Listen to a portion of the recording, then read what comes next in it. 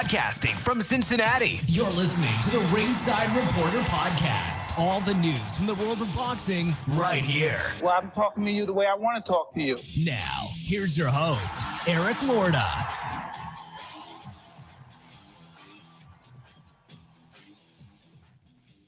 And we are live. Welcome to the Ringside Reporter show, where we talk about the latest boxing news. If it's related to boxing, we'll talk about it here. My name is Eric Lorta, and I'm here with my co-host, Joe Habib. We got a great show for you today, and if you want to call in, 323-870-3857. And tonight, we're talking about Eddie Hearn suing Jake Paul, Beeb. Titletown. He's suing us for over $1 million. $100 million, by the way. 100, not one, 100. And the Triple G and Canelo buy rates are in, and we'll tell you all about it. But first, we're going to get started with the juggernaut, Joe Joyce versus Joseph Parker. Joe Joyce beats Joseph Parker by TKO in the 11th round. Parker, I thought, did pretty good early, but Joyce just wore him down. He took a lot of big shots too, man. Eventually took him out in the 11th. Joe Joyce has got an iron chin. He got hit with some big shots. You know, it was he gets hit, no question. But he doesn't go anywhere, you know? I mean, he's been hit by some big punchers, man. He doesn't go anywhere. Let's face it, not too many people, you haven't seen too many people handle Joseph Parker like that. I fully expected this fight to go the distance, man, but Joe Joyce, honestly, was just way too much for him. The biggest win of Joe Joyce's career, and this puts him in line for a title shot. With the win, Joe Joyce gets the WBO interim title. Now, listen, I don't know why there's an interim title when we have a WBO heavyweight champion. That makes absolutely no sense to me. None. With the win, who's better than Joe Joyce right now in the heavyweight division? Beeb, for the longest time, you called this guy and said he was garbage. You said he was trash. I told you from jump that this guy was going to be something, and you see me on Twitter yesterday? I was calling you out, son, all day on Twitter after that fight. Joe Joyce. Give me the excuses, Beeb. Joe Joyce is by far and away the second best heavyweight in the world behind TF. TF. That's a good fight. Let me ask you, him and Tyson Fury, that's a competitive fight, no? Yeah, and anyone versus this guy. You want to hear competitive, man? Yes, go ahead. You want to hear a fun fact about Joe Joyce? Yes. Shout out to Maestro Boxing, Emil Carr. He told me this, and I actually went and researched it. Joe Joyce got a bone density test, and his bone density is 6 times the amount of an average human being. That's part of the reason why I suspect he's able to take those shots. It's his bone density, and he's got stamina for days. And I talked about this a little bit on the roundtable because everyone says how slow Joe Joyce is, right? But he's efficient. Whenever you're not the most quick, explosive, flashy guy in the world, I know a lot of people compare him to George Foreman, right? But they have 2 things in common. And when I say compare, I'm not saying they're identical. I'm not saying they're the same. They have a similarity, right, in the way they throw their punches.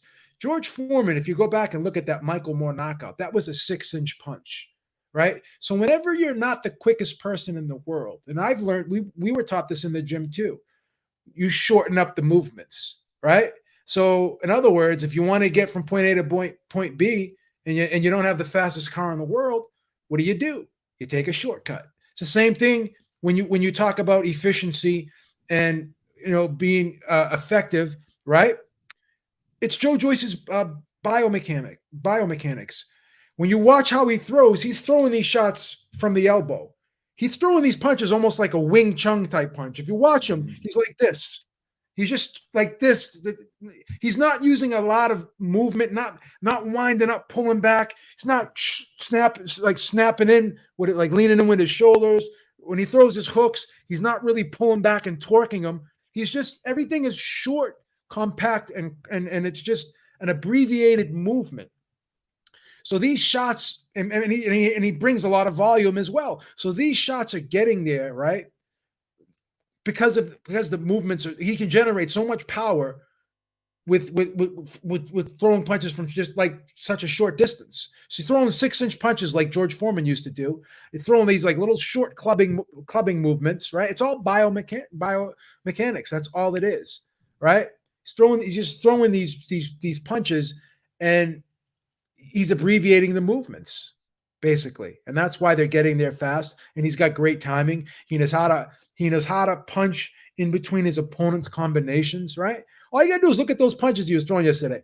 Everything was like boom, boom, like and not everything is hard, but even when he jabs, he throws his jab like from his elbow.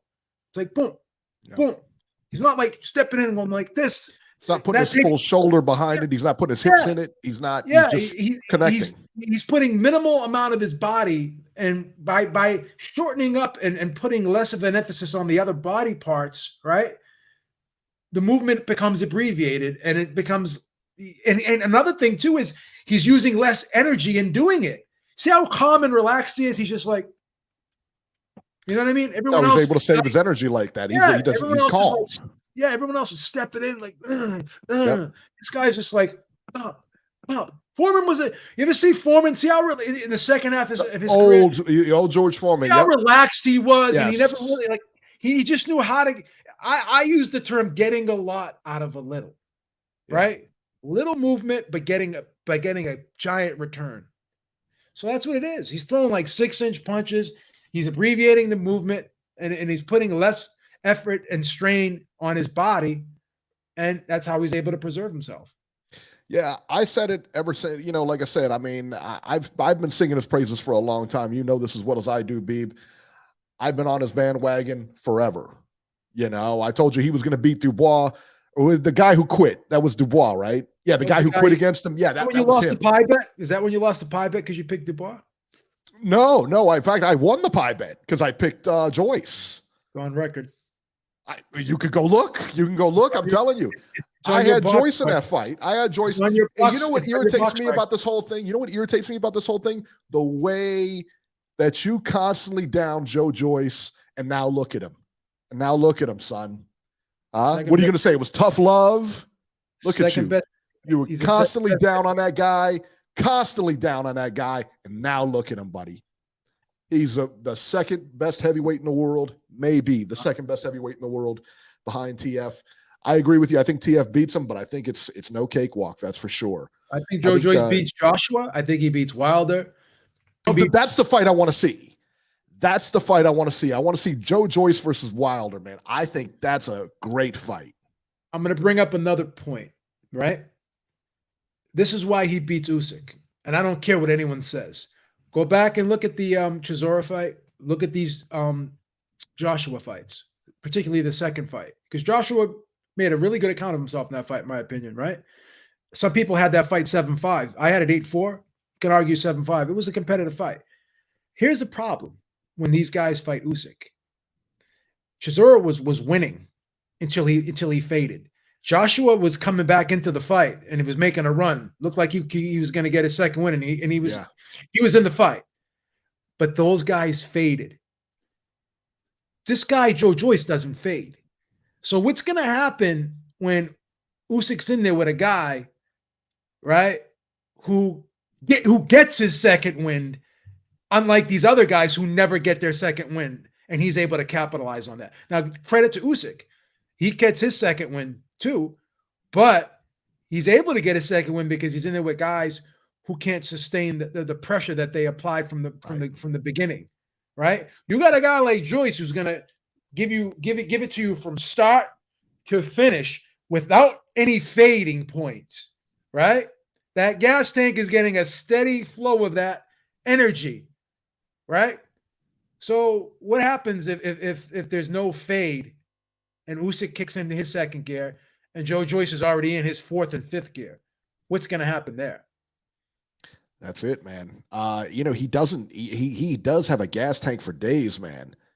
And I think it's because, like you said, he's so calm in there that he doesn't let it rattle him. And he's what is he, 33 now? Is he 33? 37.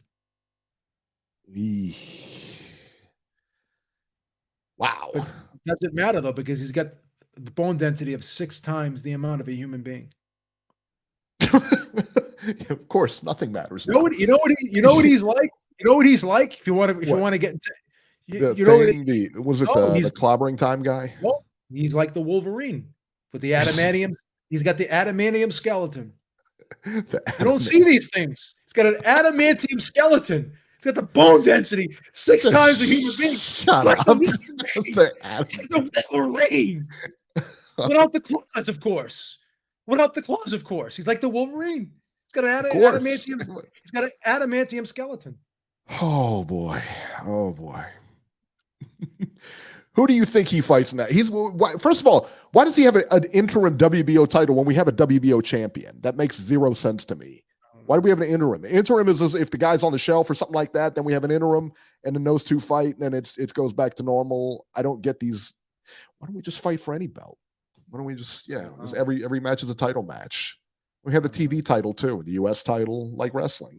Reese Mack, I just looked at an article. It says 6 times. You guys are arguing about his bone density. I'll drop a link I'll drop the link if you want me to. It says 6 times. So who does he fight next? Who would you like to see him fight next? I would love to see him fight Wilder, but who do you think he fights next? I don't think the Wilder fight will happen, by the way. You know who I'd like to see him fight next, to be perfectly honest with you? Yeah. Hrgović. I think he'll destroy Hrgović, but that's another guy who's up there in the rankings. If he's 37, I mean, let's face it, he doesn't have a whole lot of time. You know what I mean? Here's the thing. He's like the Wolverine. He doesn't age. You're an air. We have an Adam. You've been watching too many cartoon movies. And let me tell you something. I saw that we watched that Thor, that Love and Thunder or whatever that you praised so highly. Oh, it was horrible. It was the dumbest movie I've ever seen in my life. It was dumb. It was a really You bad said movie. It was good. I did this on your recommendation. Well, I'll explain to you what happened. Why did you tell me what happened? What did you get a massage from a geisha before you went? I mean, seriously, what? There's a lot of hype behind these Marvel movies, right?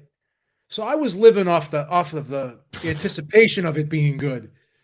So you didn't know after you watched it was bad? You were still like, wow, that was pretty good. And then the more you thought about it, it was like, wow, that movie really sucked. I liked it the first time, but then when I watched it the second time, it's terrible. I said to myself, you know what? Upon second look, on a scale of 1 to 10, this movie's a 5. Must be tough being a genius here. Team Batman Boxing said Joe Joyce already beat Hrgović in the amateurs and Jalalov. Jalalov is the guy to watch, in my opinion. He's the blue chip heavyweight coming up. That's the guy to watch. We'll see how he does. But that's, to me, that he looks like the real deal. But a lot of people look like the real deal early, and then they start getting fed some competition, and there you go. All right, let's go on. The other fight here, ESPN. Shakur Stevenson versus Robson Conceição. Shakur Stevenson lost his WBC and WBO titles on the scale. Came in about 1.5 pounds overweight. Now listen, in my opinion, man, Conceição deserves a lot of credit here. Number one, he made weight. Number two, he had the option to not fight Stevenson. Okay, that's his option. He could walk away. By doing that, by walking away, he would have been paid in full because he weighed in, and that's considered showing up. He would have been paid in full. He would have maintained his rating, and he would have been next in line for a title shot. Since a 2-belt split, he would have had a title shot in his next fight. He turned it down. Now, obviously, there was some money exchange hands there. He accepted more money, and the fight was made. So I tell you what, man, he deserves a lot of credit for that because he could have got out of that. All his money, didn't fight. Boom, but so I think he deserves a lot of credit for making that fight happen and keeping that card alive. So good for him. Unfortunately, for Conceição, that's pretty much where it ended. Shakur Stevenson won a lopsided unanimous decision, 117-109 twice and 118-108. Beeb, Shakur is very fast. A lot of people were dumping on this performance, but listen, man, if I have one criticism of Shakur, he doesn't throw combinations as much as I would like to see him throw combinations. He doesn't, a lot of times he'll make them miss big without being there for the counter. I mean, he makes them miss by like a mile, but by doing that, you're out of position to get the counter as well. Short of that, I mean, he hasn't been really tested, and he's been in there with some good fighters, solid fighters, and he hasn't been tested. He said before the fight, he said this will be my last fight at 130. He's having a lot of trouble making the weight. Clearly he was. Fast forward now, he said he's going to move up to 135. I mean, I don't know who he has a problem with aside from maybe a Devin Haney, which I don't think that fight happens anyway. But Shakur is looking like the next thing, man. He really is. They're friends, him and Devin, but they both said that, they would fight each other at the right time. Like if Shakur moved up, he admitted that, him and Haney agreed that they would fight each other because it would when it made sense. And I think eventually he will fight someone like a Devin Haney.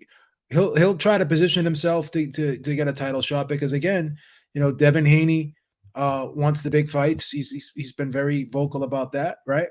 And Shakur wants to become champion. Now here's the thing: would Devin Haney eventually move up to 140 and not get the Shakur fight? That could be a possibility too. But again, Devin Haney's a top ranked fighter now. So is Shakur Stevenson. So I don't see an issue with that fight being made unless Bob doesn't want it to happen. So yeah, Lomachenko's up at 135. There's a lot of money fights at 135. Bob's got 135 on lock, really, if you think about it. Yeah. And I'd like to see, you still got Tank and Ryan Garcia floating around there. I'd like to see them guys fight anybody live would be good. Just a warm body. Tank's fighting guys on pay-per-view that no one's, you know what I mean? That no one really cares about. Why he's fighting them on pay-per-view, I have no idea. And I like Tank. I think Tank's a talent, but I think you got to put him in there with somebody, who's going to make him work, somebody who's going to fight him. They're talking about rematching that other guy again. I'm like, come on, man. Nobody wants to see that again. I just don't. They're just going to keep it in as long as Tank stays with Mayweather and all those guys over there. It's going to be the same. He's never going to realize his potential, and he'll never have a big fight. He won't. Who's he going to rematch? Isaac Cruz again? Yeah, they're talking about him rematching Isak Cruz or whatever. Jesus Christ. Hope Isak Cruz beats him. And Porgy, I like Tank, man. I really do. I like Tank, but I want to see him fight somebody. I mean, I want to see him fight again. But I want to see him fight a live body, man. I want to see him fight a live body. Everyone wants to see him fight a live body, not just you. Yeah. On the undercard here, Keyshawn Davis from the Olympics versus Omar Tienda. Keyshawn Davis looked impressive here. Beat Omar Tienda by TKO in 5. He looked really good. Keyshawn Davis is really good. He's being trained. He's from Norfolk, Virginia, but he's being trained by Bomac, and I guess he's out with Terrence Crawford and all them in that little stable over there. He said he spars with Terrence Crawford daily. So he's going to be good, and Crawford's getting good sparring from him because that guy is no cupcake either. That's impressive. Yeah. Louis Reyes says, does Shakur whitewash Loma? I'd pick him to beat him. Yeah, I think I would too. He's just going to be just too quick. I think he's just too fast, man. And it's not like Loma's not fast. Loma's good at game planning, but it's going to be tough. That would be real tough. Loma against Devin Haney or Shakur would be very difficult for him. And it's funny too, because a lot of people underestimated this about Mayweather. I think they underestimate this about Shakur.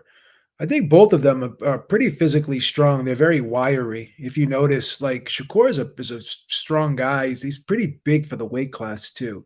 I think Shakur will eventually be a 147 pounder, but before his career is up. He's going to be strong. Yeah, he's going to be strong. And I think that's why he's putting on muscle, which is why he's having a hard time making weight, because he's quality putting on weight. Muscle. Yeah, for sure. Because he's not fat by any stretch of the imagination. There's nothing that he can lose. But you know what it does? You know what does irritate me, Beeb, is when he says my body's still growing and the guy's like in his 20s. Your body stops growing at 18. You're done. You're not growing anymore after that. You may be putting on muscle, growing like that, but that's not the same as you're still growing. That's silly. Drives me nuts. Drives me nuts when people say that. Let's see here on DAZN. Kid Galahad versus Maxie Hughes. Maxie Hughes beats Kid Galahad via majority decision, 114-114. Overruled 116-111 and 114-113. Let me tell you something, babe. Kid Galahad's not the same since that KO. No. And you know what? He ain't going to be the same. It's over for him. I'm not saying he should retire, but he's done. He's never going to get back on the echelon he was. He's never going to get back on that top tier like he was. No way. He's done. It reminds me of Teofimo Lopez. I mean, after he broke his esophagus, he's never going to be the same anymore either. That punch from the mountain will do it, man. That punch from the mountain will do it. Not everyone has the bone density of Joe Joyce. Now, if the mountain hit Joe Joyce like that, he would have broke his hand. Have several fractures of the hand after that. Absolutely. I mean, you're talking about bone density here. 6 times. Yeah. That's a man's man. 6 times the average. You know what I'm saying? That's right. Crazy. Right. Kid Galahad. Sad, man, because I really like Kid Galahad. I really do. He's a pleasure to watch. Like this, I really admire his style. I like the way he can switch it up. I like his slick counter-punching style. Yeah. But I don't know. Sometimes a fighter just hits a wall, and he may have just hit that wall, and it is what it is. It's sad. It's sad to say. It's sad to see, but it's the reality sometimes of being an athlete. Meldrick Taylor, in that fight against Julio Cesar Chavez was never the same.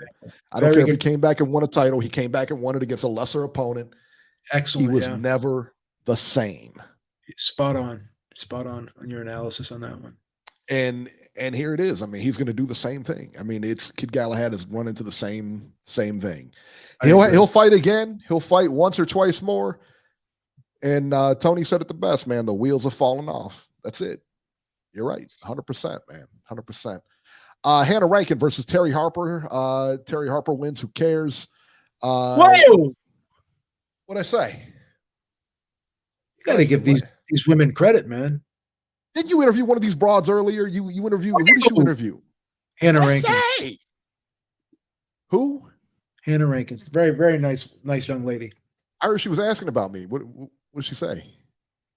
Yeah, she wants to know why you're so disrespectful to the women. You know what? I like. That's not what I heard. You know what I like what she said. I even did this before I introduced her. I didn't even say the female champion. I just said the world champion. Right. And she likes the fact that she, just call me a champion. You don't have to call me female, whatever. I just want to be known as a champion. And that's I kind of admire that about her. I admire that too. You know what else I would admire? If they started fighting 3 minutes instead of 20 minutes. And then I asked her the question, and she's the one and only person that answered that question, because we ask it to all the female fighters we interview. All of them. Every one of those cupcakes says, no, I want to fight 2 minutes because that's all I get paid for. Exactly. But all I get paid for is 2 minutes. But 2 minutes is all I get paid for. Credit to 2 minutes. Credit to Hannah Rankin. Guess what she said? I would love to fight the 3 minutes. There you go. You Finally. And unfortunately, she lost. So yeah. Who are you picking in that fight? You were picking Rankin, weren't you? I'll be honest with you. Oh wow. I was picking. She's a friend of the show. A friend of the show. Yeah, but what do you think I'm like, Robbie? I can't be a Fairweathered fan. Oh wow. Jeez. You know that guy. He's a Fairweathered fan, bro. I can't be like him. Oh, B, putting a poor mouth on Robert, man. What's the matter with you? No, he switches up his favorite team every other week. I can't be like him. Him and Chakal always take the winners, don't they? I call Chakal the chalk. All he does is pick the favorite. This is what he does. This is what Chakal does. He'll do like a six fight parlay, and he'll bet all the friggin' the favorites. I say, keep doing that. Keep doing that. Bets all the minus 1,000s and puts them in a parlay. Thinks he's Jimmy the Greek. Jimmy the Greek. Jesus Christ. What kind of strategy is that? Eric's evilness is below us, people. Wouldn't it be funny if Georgie Porgy spelled it Peeble?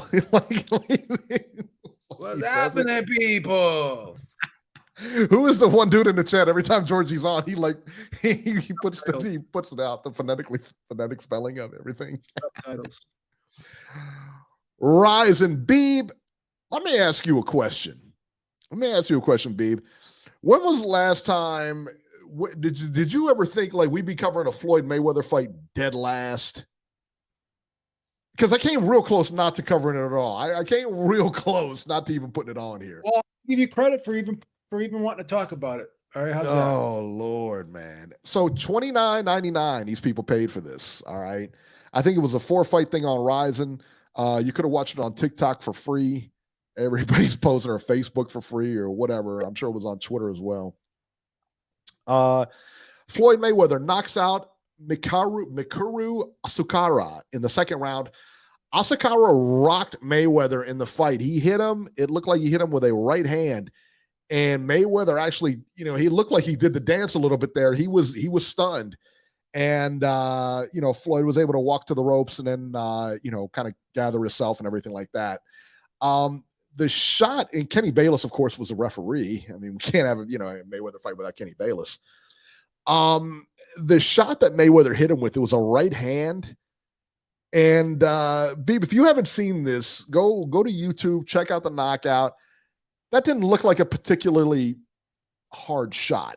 It didn't look like a shot that caught you sleeping. Didn't look, even if you didn't see it coming, Chael Sonnen said that he heard from a reliable source that all these exhibitions are fixed. And we know the tension one was definitely fixed. Definitely fixed. That was clearly fixed. That was clearly him taking a dive tension. I'll tell you one person who didn't take a dive. I'll tell you one person who was handed the envelope and he looked at it and he said, "Give it back. Get it out of here." And Bring that's it down, Ohio's finest, Logan Paul. Logan Paul gave Mayweather his first defeat. Ohio, baby. We don't take those envelopes in the back alley, son. We don't take that. We don't lay down for anybody. That's how we do. Now, so get this, Beeb. On the undercard was Mayweather's bodyguard. Now, I didn't see this fight. Jesus Christ. Jizzy Mack. Yes, Jizzy Mack.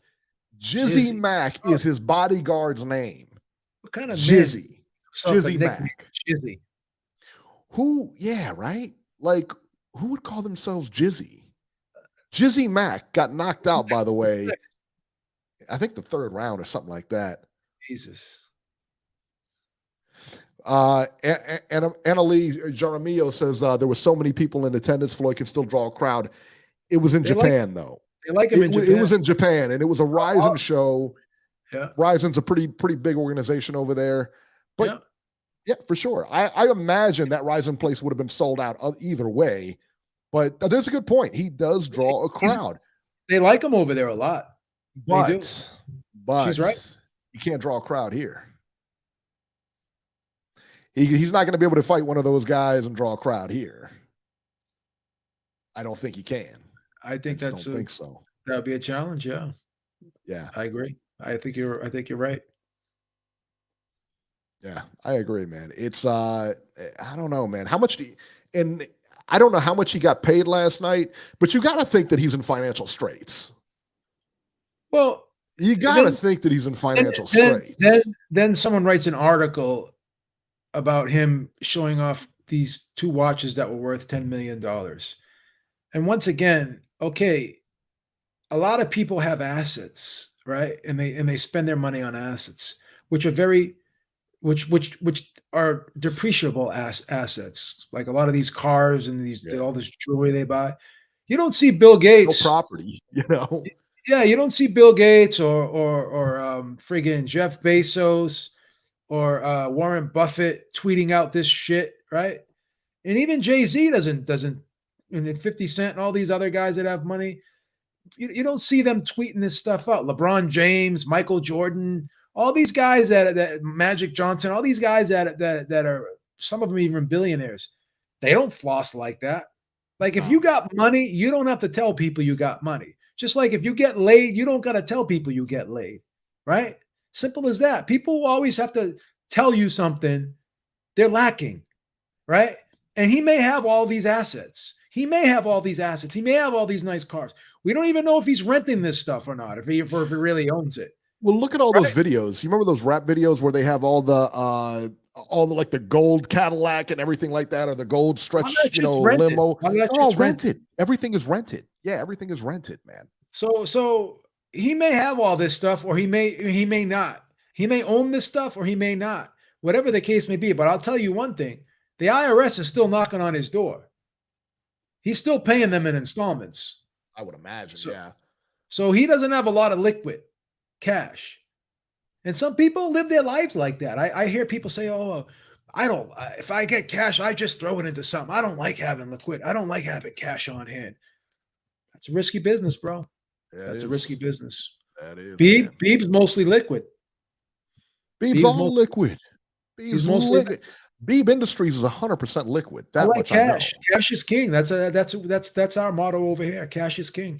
We don't have to floss. Look at this chain that I got on right now. This was my grandmother's chain. This chain's probably over 100-something years old. My grandmother, when she was in Italy, found this on a farm, and this is the only piece of jewelry I wear as a memorabilia to my grandmother. Man, you don't see the Beeb flossing. No, look at this. Nothing. No rings. Nothing. Liquid Beeb, baby. I'm liquid, brother. I'm liquid. Some of my clothes are so old they can walk around by themselves. That's the way. That's why he sends them to you. That's why the dude sends them to you. You know what I'm saying? I got pairs of pants that are friggin' 5 years old that I still wear them. I don't care. There you go. Nacho. Nacho says Eric Beeb has to be liquid because Lois would have left a long time ago if he wasn't. She ain't never leaving the Beeb. Wow, she ain't never leaving the Beeb because you got her in honey that closet dips, deflated. These honey dips are like boomerangs, man. I can get rid of them; they'll come back.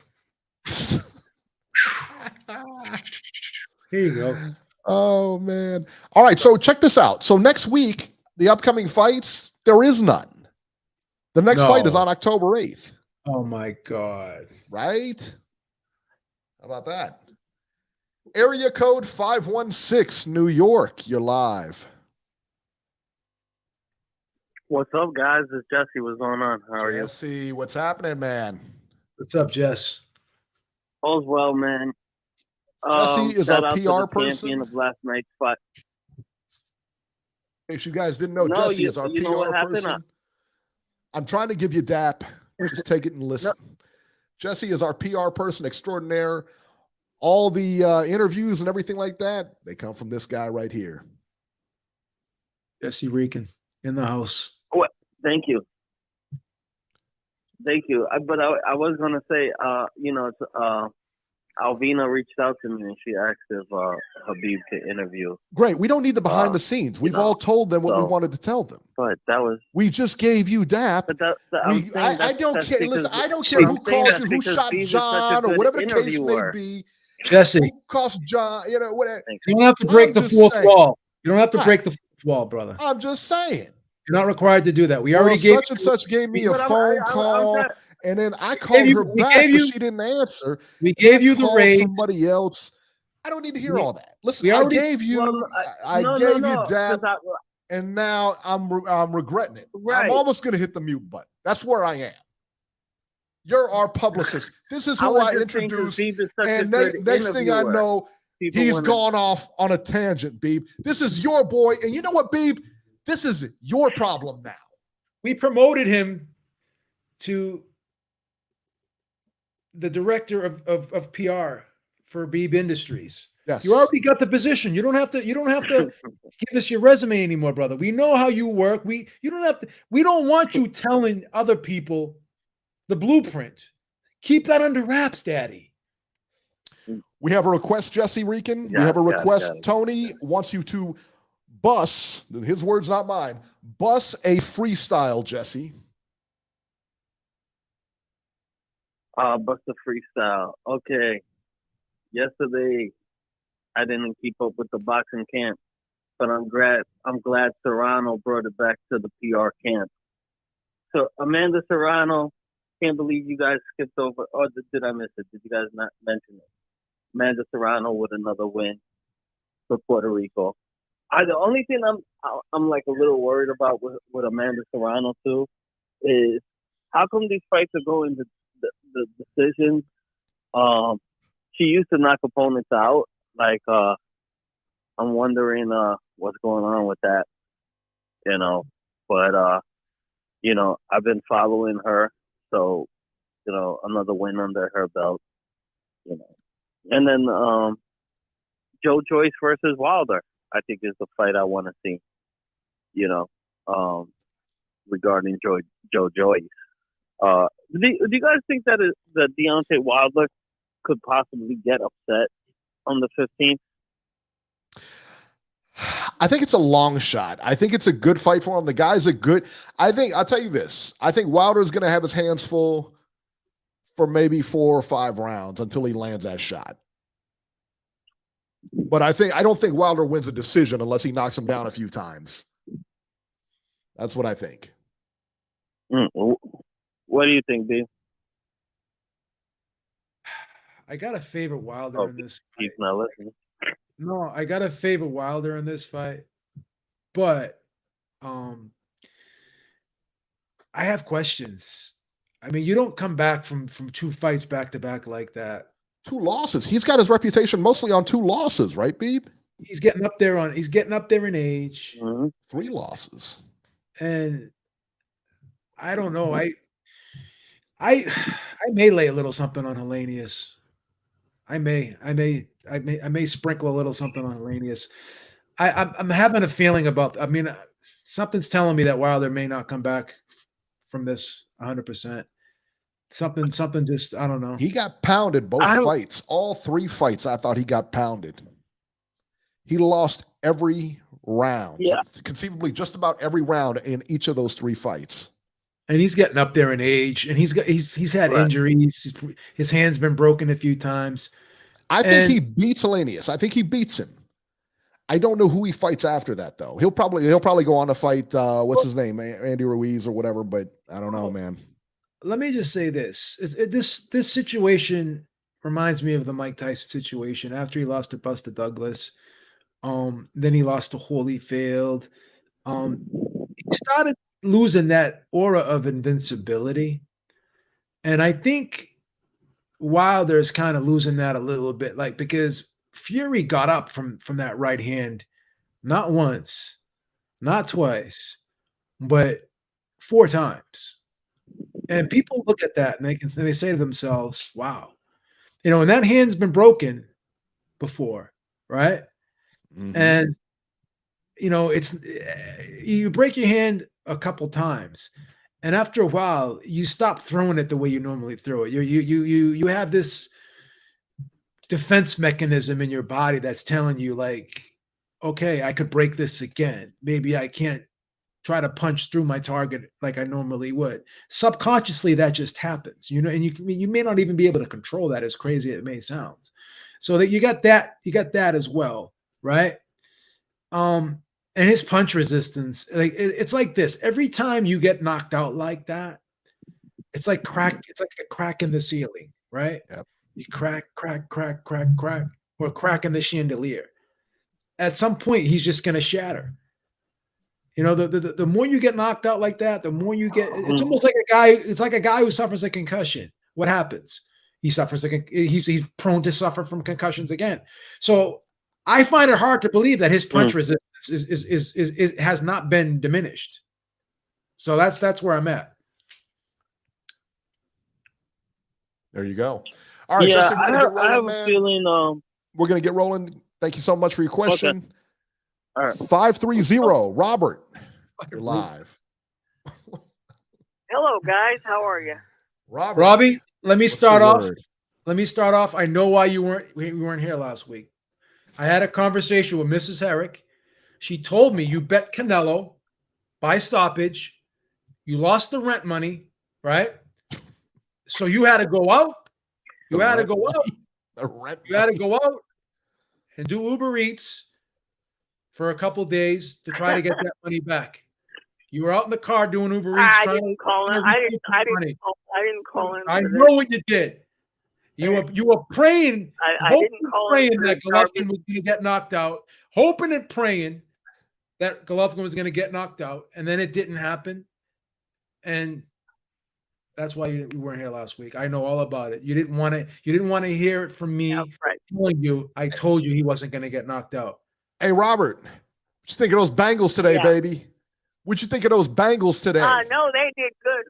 They did good. My fucking Raiders sucked. Whoa! What's up with the F-bomb? Oh, it's a family show. What are you doing? Think you're out here? What do you think you're out here? Think you could just drop Jesus. F-bombs? You think you could just drop F-bombs with impunity here? Can't do that. Oh. You got kids watching this. Oh my God. I can Jesus. do whatever the hell I want, guys. Oh. Anyway, Whoa. Get off that high horse there. It's on a soapbox here. anyway, no, guys. I scored that fight 10-2. I don't know what those judges were looking at. What fight did you score 10-2? I lost track of what he was saying. Canelo. No. Canelo. That was You're like not 6 gonna years come ago, here. bro. You're not going to come in here and try to talk about the fight that you didn't want to talk about last week. Yeah. Because you bet on Canelo to win by stoppage, and you're all your penis in a bunch last week. You were all discombobulated. Now that you've recovered, you want to come on here with your big boy pants. You want to talk trash now. No. That's not going to be allowed. That's not going to be allowed. T-Style, thank you so much. He said typical Raider fan. You had the opportunity last week. Hey, you blew it. I tell it like it is as far as the Raiders. Oh, now you want to act tough. They laid a damn egg today. All right. Anyway. Who's T-Style's team? He's in El as far as Paso. Like who's his team? Yeah, who does D-Style like? Yeah, who does D-Style root for? He's in El Paso. It's probably like Robbie. He's a fair weather fan. You gotta Stop it. I was gonna say if he roots for like the Cowboys or something. Yeah, maybe so. But as far as yesterday, Joe Joyce looked impressive. I have never been a big Joe Joyce supporter, but I have to admit, yesterday he looked very impressive. What he did to Joseph Parker, nobody else has done. I don't know who he's going to fight next. It's going to be interesting to see who he fights next. It won't be Wilder because Wilder is going to fight Helenius, and then he'll fight Ruiz. And providing he gets past both of those guys, you never know what direction he's going to go in. So I don't know who Joe Joyce is going to fight. But yesterday what he did was very impressive. I've never really been a Joe Joyce supporter, but that performance yesterday was impressive. And of course, you're a Joe Joyce fan now because what are you, Robbie, the bandwagon jumper Herrick? Oh, stop it! No, Beeb. I don't jump bandwagons. I root for my teams. I root for my fighters. You have a lot of my teams. You have a lot of my teams. Every other week you have a my team. Triple G is done, whether people want to face that or not. D-Style says, thank you so much, D-Style. He said, Raiders fans cuss on Sundays. Who knows why? That's right. Well, G-Funky, Joe Joyce egg. is the real deal, baby. The real deal. I've been saying it for months now. He's by far and clearly the second best heavyweight in the world right now. Been saying it forever now. I've been saying it since I seen this guy, seen him before. I was like, this guy's going to the top. Been telling you guys. No one comes close to TF, but he's number two. I think that's a good fight. I think that's a tough matchup for TF. Yeah. I really do. That's a tough fight for him.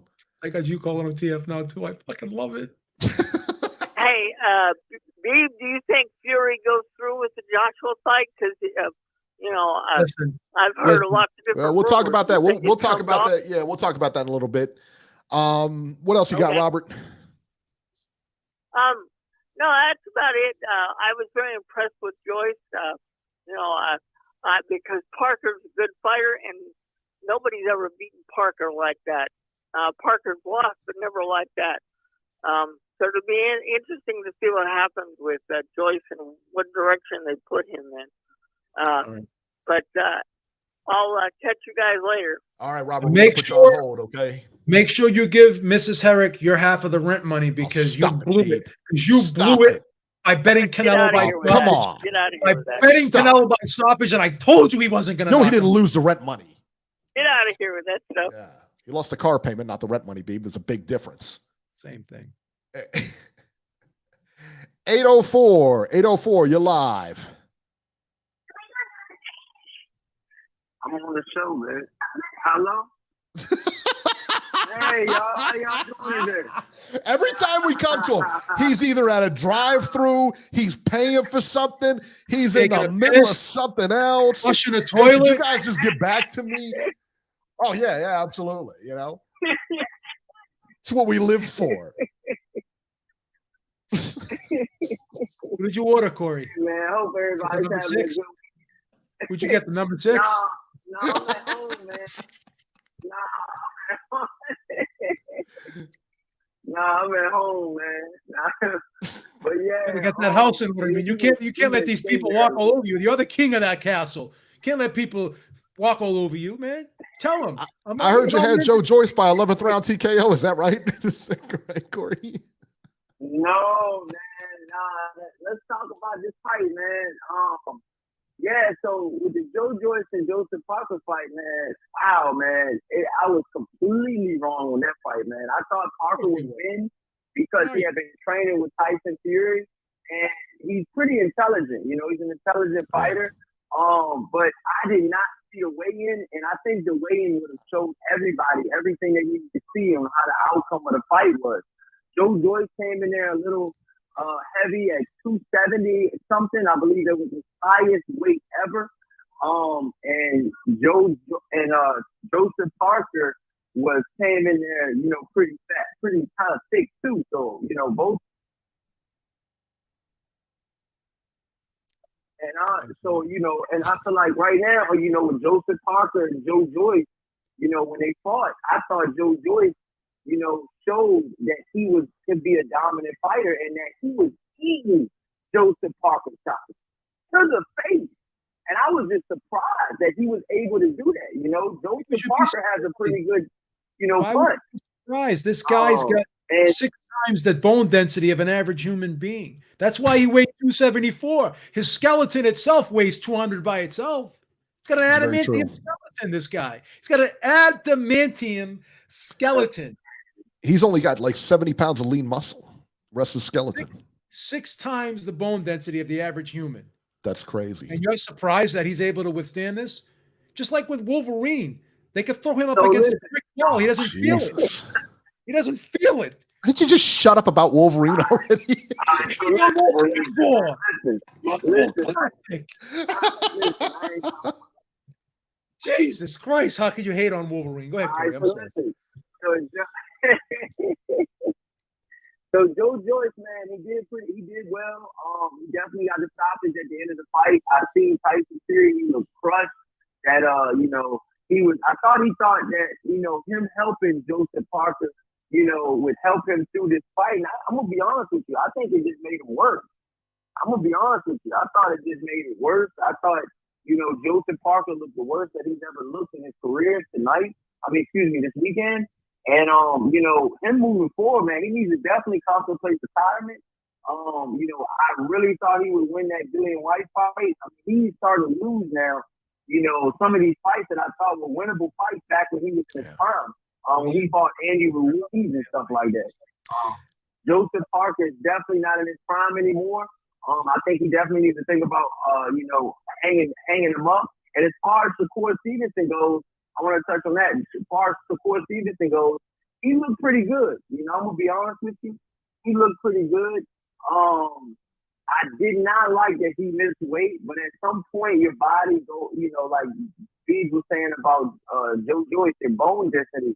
I mean, even compare the Stevenson is more bigger for the lightweight, and I think that he had to move up. It was inevitable. I didn't know he was having weight problems that bad, but everything comes to the light, when you get on that scale.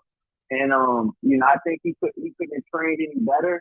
I really thought that he did well with his training, and he's a very adamant professional, and I know Terrence Crawford is gonna make sure that he does his best to make that weight. Helping him out during training camp.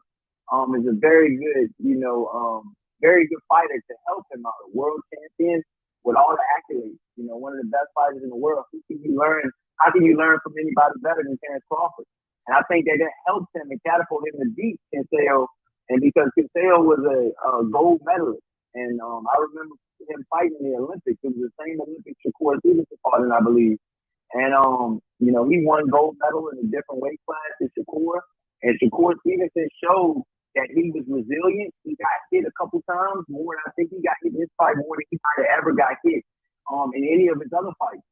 And he showed that he was there. He was not gonna fold, and he was there to win. I think he was going for the knockout, but he couldn't get it. Conceição is definitely a really good, tough, rugged competitor, possibly a future champion at 130 once Shakur Stevenson moves up. I like what I've seen out of Conceição. At some point, you got to understand Shakur Stevenson is far away from the rest, but now that you put him at 135, I mean, everything's open now, you guys. You got Gervonta Davis, Shakur Stevenson, and, Devin Haney. And, I think Devin Haney's going to get you the Camboso's fight. And I just say right now, with the best 135-pounder in the world is between Devin Haney and Ken Davis. But Shakur Stevenson coming into the division, he's saying he wants Lomachenko right off the rip, man. I know you guys are going to touch on that later in the show if you already didn't already. I just want to say great show, you guys, and thank you for letting me burn, man. You guys have a great Sunday. All right, you too, Corey. Thank you so much here. Corey's out 774. You're live. This guy changes area codes like I Hey, change. yo, From this day, you'll be my what's new happening, fool. people? Yo. Where you been, brother? Yo, B. He does. He changes area codes like crazy, What's going right? on with you? I haven't What's going on with your called in a phone? little bit and turning the What's going on I with haven't these called phone in a things? little bit and you guys turning the show into a Mayweather hate channel. This is a hate Mayweather. Did you see the time. fight? Did you pay for the fight? Hell no. then what are you Should I crying pay for about? that? The man is retired, bro. That's what I'm saying. I don't even know why he's news. Why he ain't news? I almost didn't put him in. I don't get it though. But I figure he was boxing, That's so it's kind of a it big should not deal. even count. That's like counting like amateur fights and shit like that.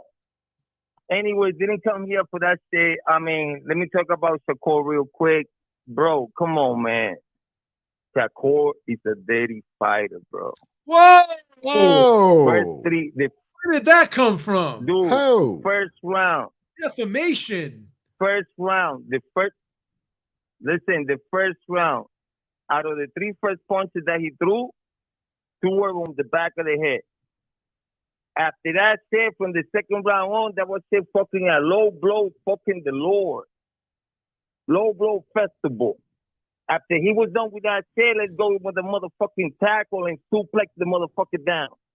Jesus. What we talking about here? The man didn't even make weight. Nobody even talking about he's not disciplined. Everybody else who makes weight, oh, he indisciplined, how dare him? He's not a professional. Yo, Shakur's giving a free pass. Golden fucking brick road fucking ticket all the way to heaven, baby. Nobody even saying shit about it. Come on, bro. I ain't applauding that shit. That wasn't a good performance at all. Everybody is not going to go 12. Not going to go 12. He went 12. Nothing impressed me at all, though. Nothing at all. Anyways, I don't have a lot of time to fucking burn. I want to know what's up with you, Eric, and the private, and I'm the champion. Yes or no? What's going on? Okay, so let me ask you this, because I don't think we made a pie bet. I think we made a bet for the title. You are the champion, and you're going to have to defend that title, or I'm going to strip you, and that's the way it is. And you don't get a pie involved in the history. We didn't. I don't think we bet a pie. Listen, let me. You're going to have to come up with the evidence. Listen.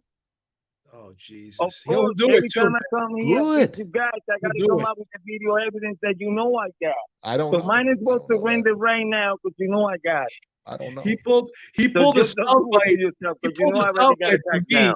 He pulled the soundbite for me one time from like 5 years ago. He's got a lot of time at Rikers. What else is he going to do? Listen, this is real simple. Hold on. I thought I said it. We don't have to burn time. Listen, this is real simple. We don't ever have to burn a lot of time on this. When we ever have a fucking title shot without a pie bet in between. We've had a lot. Been for a pie bet. We've had a lot, man. Never happened. Yes, we have. Never happened for the title of the Ringside Reporter Championship. Ever. That's outrageous. I don't know. If you want a video, I'll give you the video. So I want to see the evidence. Just take your pie. If next I said it, I'll do it. Anyway, I'm gonna give you the link anyway.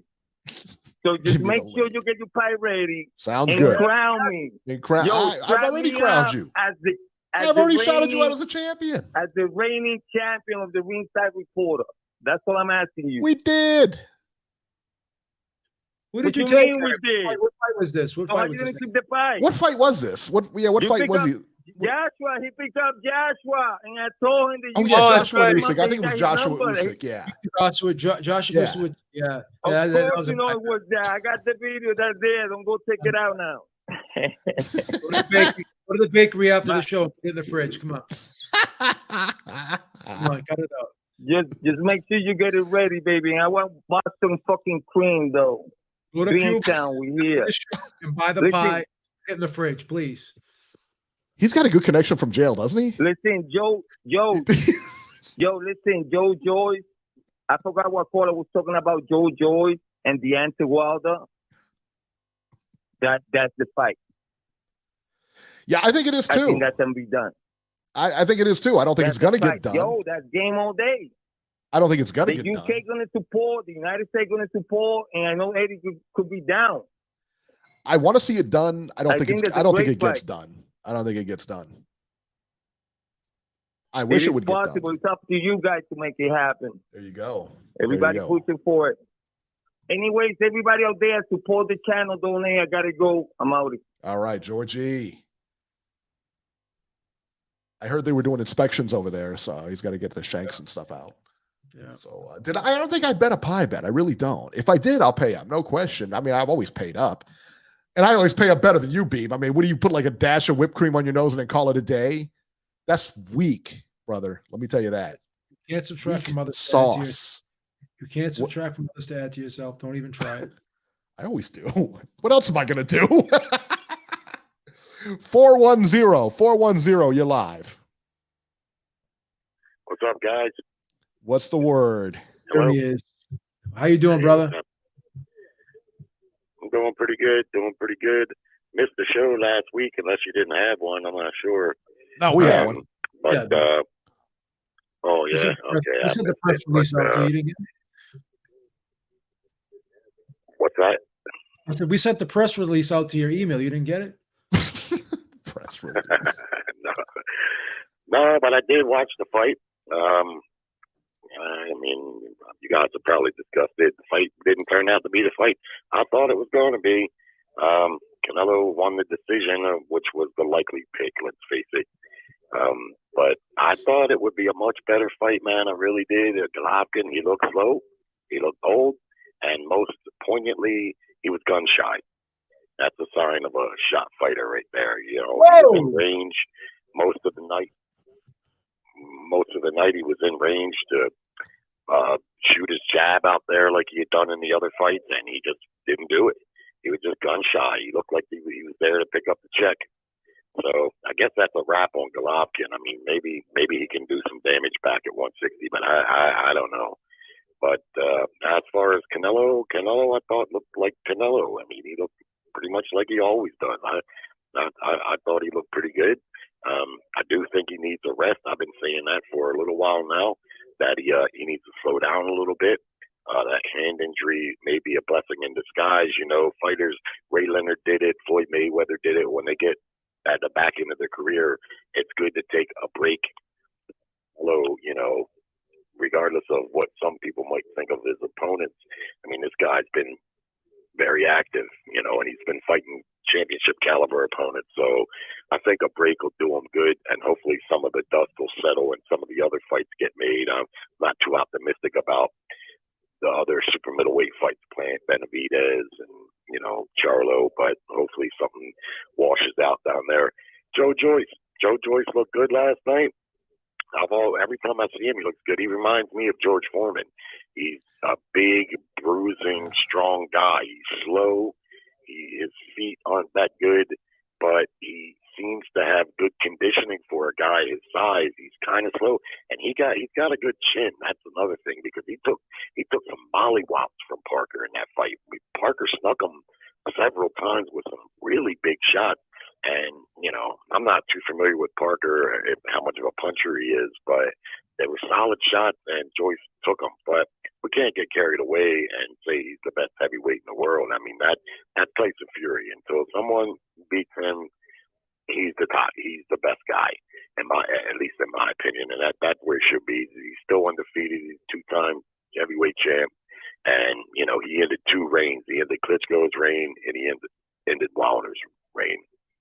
And then lastly, Deontay Wilder. Personally, I think Wilder is shot. But, you know, I thought he was shot going into the third fight with Tyson Fury. I didn't, you know, the way he looked in the second and the third fight, he wasn't just that he got smashed to bits. He was lunging with that right hand. It didn't look the same as what it had before, where he was whipping it. He was kind of like stumbling forward with it, and his legs weren't there, and he didn't have endurance. And, of course, the punch resistance wasn't, you know, who knows if he ever really had good punch resistance, because he never really was getting punched much. But he couldn't stand up to the punishment from Fury in either of those two fights. And like I say, he didn't have stamina. He looked to be gassed and concussed, and he just really looked bad to me.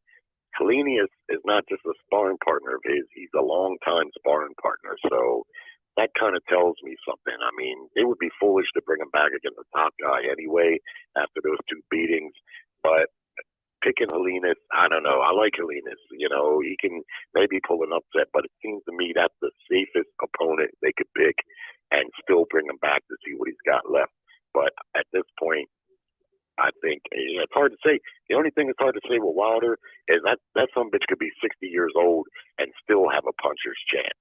You know what I'm saying? He could be, you know, an old dude and still be able to have that one, you know, that one hitter quitter.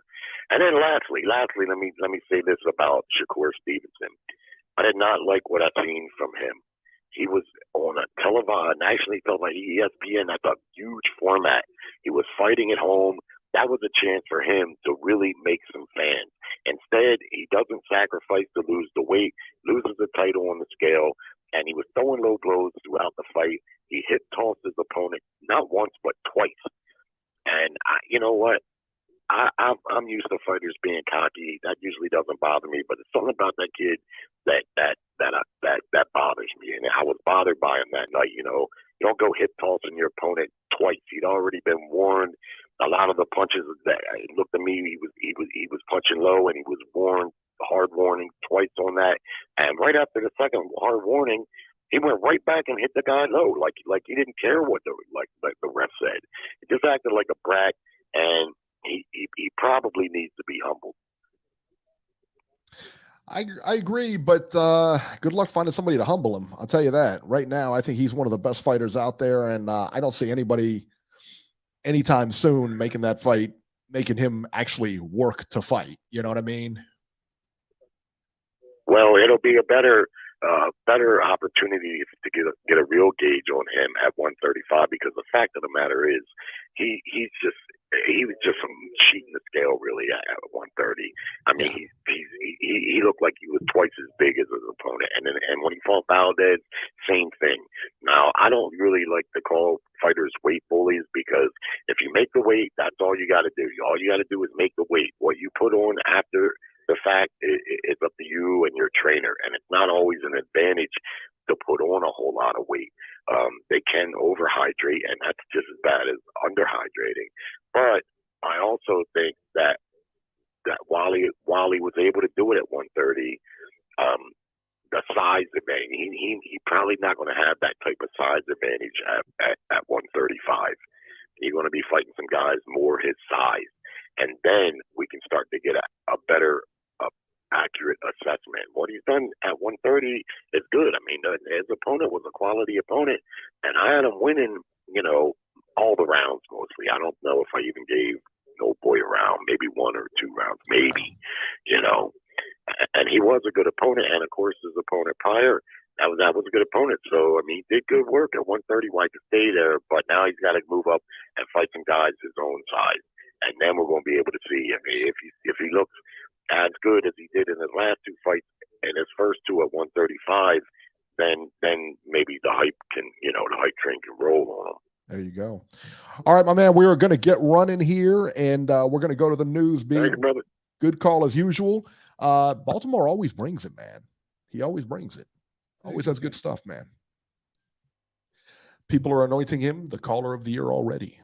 Beeb, caller of the year already. How about that? He's all right. Cool Boy Curry says no. Wow. A lot of no's now. All right. He's got the whole year, man. He's got a whole year. He's a rookie. It's okay. All right, guys. News and rumors here. Let's talk about this first. We talk about Triple G and Canelo, so we can just get this out of the way because I don't ever want to hear about this fight again. Dan Rafael is reporting that Triple G and Canelo got 500 or 550,000 buys. One of those two, or in between those two. Eddie Hearn is saying the pay-per-view did over 1 million buys worldwide. Beeb, 500,000 is a good number. It is a good number. For Canelo and Triple G, this is not a good number. This was what DAZN wanted. They said, hey, we have to have this fight. You know what I mean? We have to have this fight. And they moved heaven and earth to make this fight. It was made, and it was a bomb. It wasn't a great fight. It wasn't close. It wasn't, Beeb, good or bad, 500,000? I don't think that number is accurate. I think that could be the DAZN numbers, but what about the cable companies and the satellite numbers as well? Well, he said 1 million worldwide. Eddie Hearn said 1 million worldwide. And I think the 500 number you're hearing is America, is the U.S. Yeah, I in my opinion, and Eddie Hearn said this, but I even said it before he said it. I suspect that the number in the United States was probably closer to 800,000, and I'll tell you why. Because a lot of other areas where this fight was being shown, like in the UK, right? It was being shown at 4 a.m. So if there's 1 million worldwide, you mean to tell me that the other 500,000 from areas where, like Australia or whatever, that were watching this thing at 4 a.m, you think the other that attributed to the other 500,000 buys? So in my opinion, I think Dan Rafael's number, sources say, again, who are these sources? Are there people that don't like Matchroom? Are they people that don't like Eddie Hearn? We got a real problem. I think we got a real problem in journalism today. D-Style, thank you so much. He said, break down the numbers, Beeb. But I think we do have a real problem with these people quoting sources and this and that, and nobody really knows the story. Everybody's in a rush to get the story, but nobody really knows the story, and they're printing stuff before they actually know. But go ahead. You have to look at Dan Rafael, and Dan Rafael has been respected throughout his career, but he's not with ESPN anymore. Now he's a freelancer. Now he's kind of on his own, right? He doesn't have the guaranteed salary from ESPN like he did before. So now he's got to join the rat race with the other guys, the clickbaiters. And I'm sorry. I think, he charges for that stupid newsletter he sends out. Yeah. There's nothing in there. Then he came out and said that Crawford and Spence was a done deal for November 19th. And then people come out and say, no, it's not. So, well, no, what's his face said that from ESPN, the other guy you can't stand. But he co-signed it. He said the same. Yes. So what's happening now is Dan has to compete with these other guys now. So now, before, he didn't have to be fast and loose with it anymore. He didn't have to be fast and loose with it, but now he has to be fast and loose with it now because he doesn't have the guaranteed salary from ESPN. And again, this is just all my opinion. I've seen a change in Dan, where now he's coming out. Now he's kind of becoming clickbaity, like the rest of them. And in order to survive, he probably feels that he has to do so. Yeah. Let's be realistic about it, right? How would they get those numbers in? Like Dan reported this, I think, on Tuesday, if I'm not mistaken. You know as well as I do. You're not going to get all the cable. You bought it on satellite, right? Yeah. Because you explained to me why, right? Yeah. So the people that bought it on satellite and the people that bought it on cable, do you think all those numbers were in on Tuesday? DAZN's numbers. Wednesday and Thursday is usually when you get the numbers. Even then, like sometimes that's when we usually get them. You know what I mean? Sometimes those numbers are still coming in a week later, 2 weeks later, right? You don't know, right? So for him to say that this only did 500 something thousand, the live gate did 22 million, right? The fight before that, I think did 27 or something like that. So you have to just kind of look at each fight and see how it dropped off a little bit, right? So yeah, I think the first fight did, I think, something like 27, and I think the second fight did something like 25. Now this did 22, right? So did this fight do as good as the other two? No, but you can't tell me it dropped off half. It did. It was cut in half from the first two, right? I would say there was a dip, but not substantially, like maybe a 20% dip, maybe, but a 50% dip? No. So in my opinion, Eddie Hearn said that the pay-per-view buys were 850,000 in the United States, right? And the rest was international, right? I speculated it was around 800,000, right? So 800,000 is a good number. If it is 800,000 in the U.S., that's a good number. Expecting it's about 800,000. Eddie's saying 850.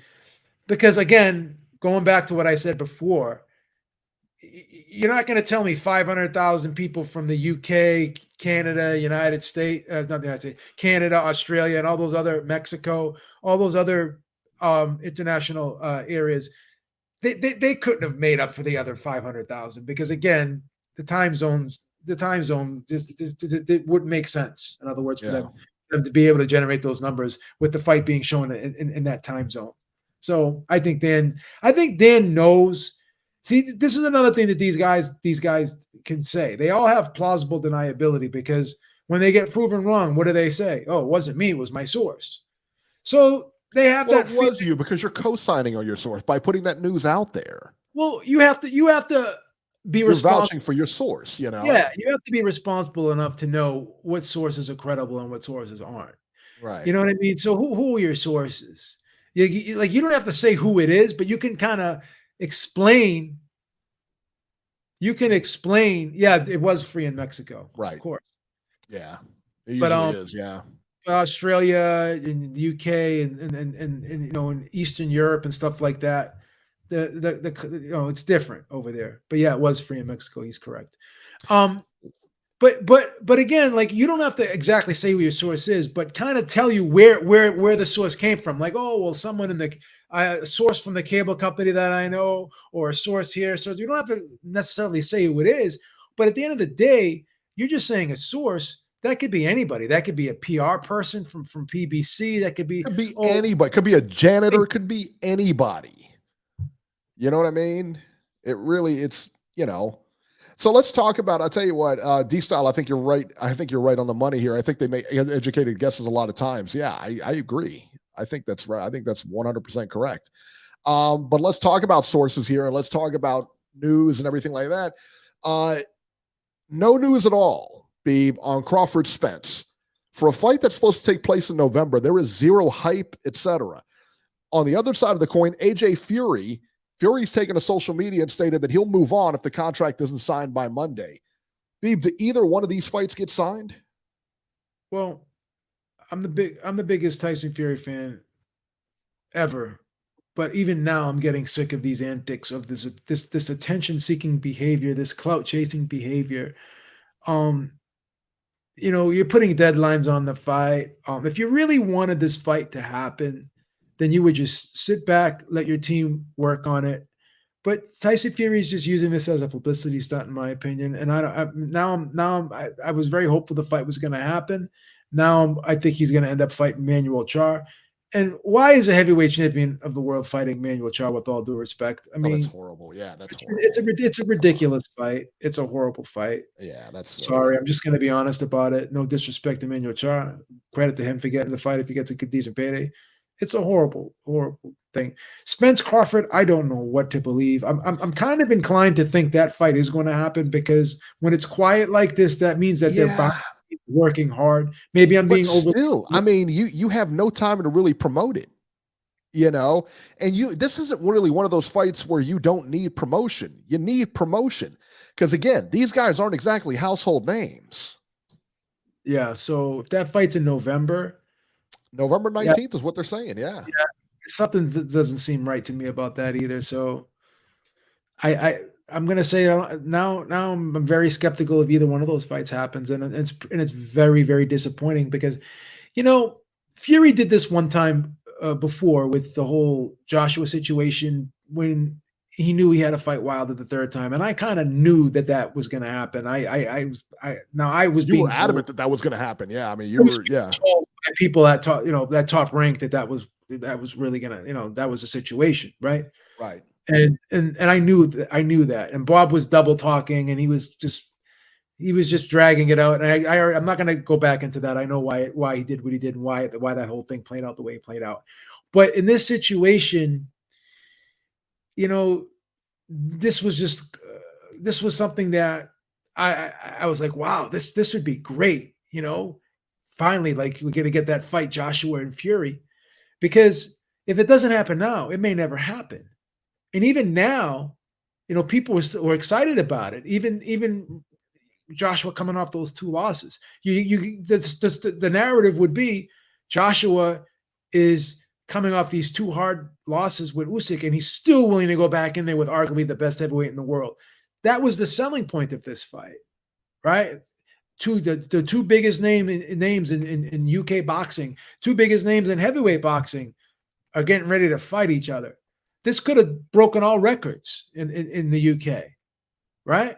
Mm-hmm. So this was the perfect storm, in my opinion. Was it the best timing for Joshua? Absolutely not.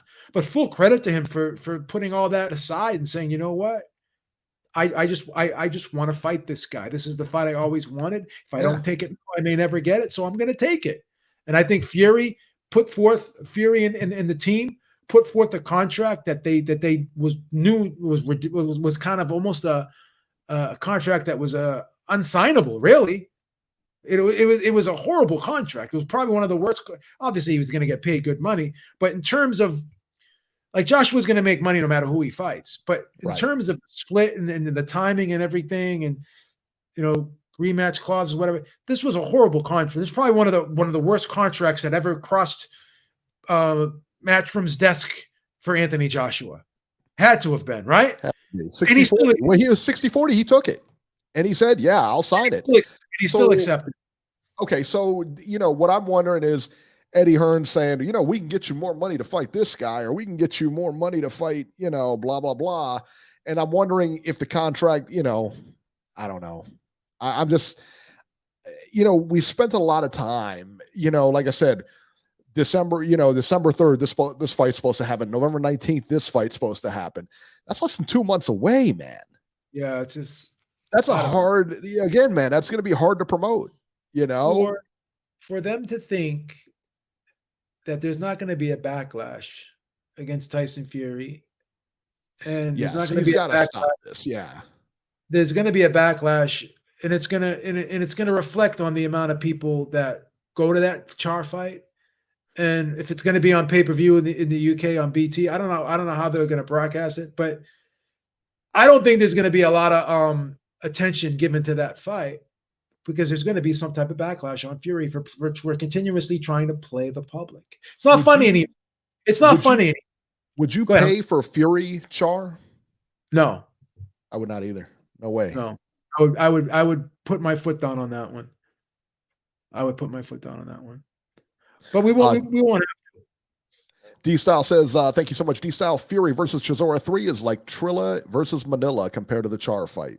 Thrilla in Manila. Yeah. Maybe Trilla. I don't know. There you go. Let's see here.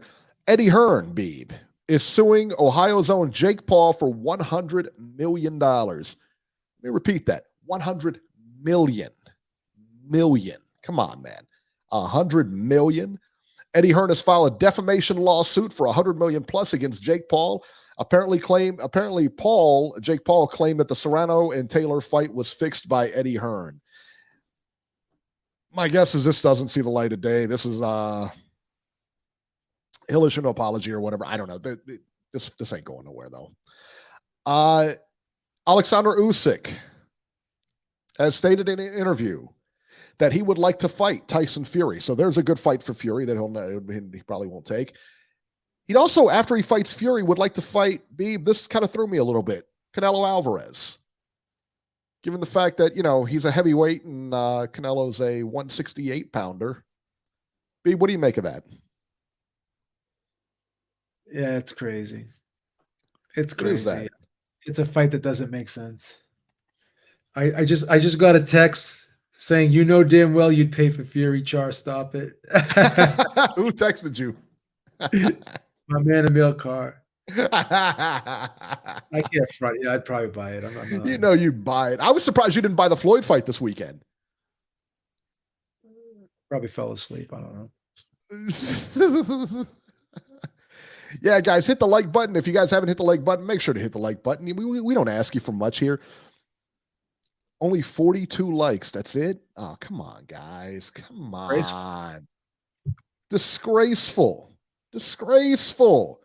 Come on. We don't ask you for much. We just ask you to hit the like button. That's all we ask.